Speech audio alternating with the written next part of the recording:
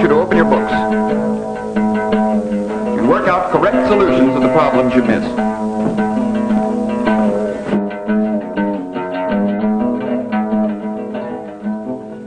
I can't make any sense out of this. I might as well quit.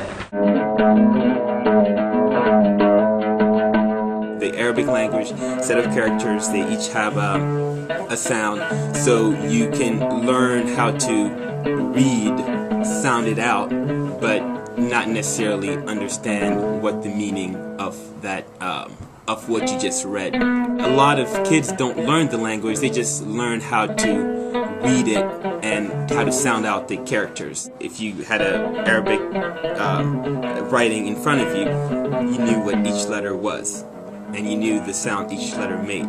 So you could read it, and to somebody else it might seem like, okay, you're reading it, it might seem like you're understanding what it's saying, but you have no idea, you don't know what the meaning of it is. Part of learning a new language is learning how to articulate it, learning how to listen to it, and then starting to understand what those articulations and sounds are, and then learning how to write it, okay?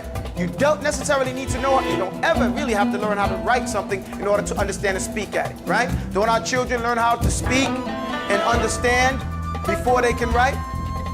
They learn how to understand first, so then they start talking and practicing it. That's the same thing that we have to do. Once I got away from the style that my French classes were taught in, which was memorization and just vocabulary lists and no cultural information, no discussion of how you pronounce it, no discussion of styles of writing. It was all just like, hear the words, memorize it.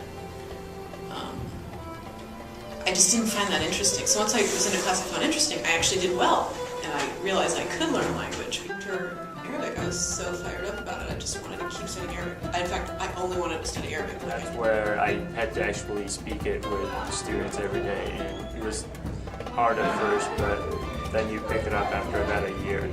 You really want to learn a language, you got to go somewhere where they actually speak it, where you have to be forced to talk to everyone, regardless of how bad your language is at first.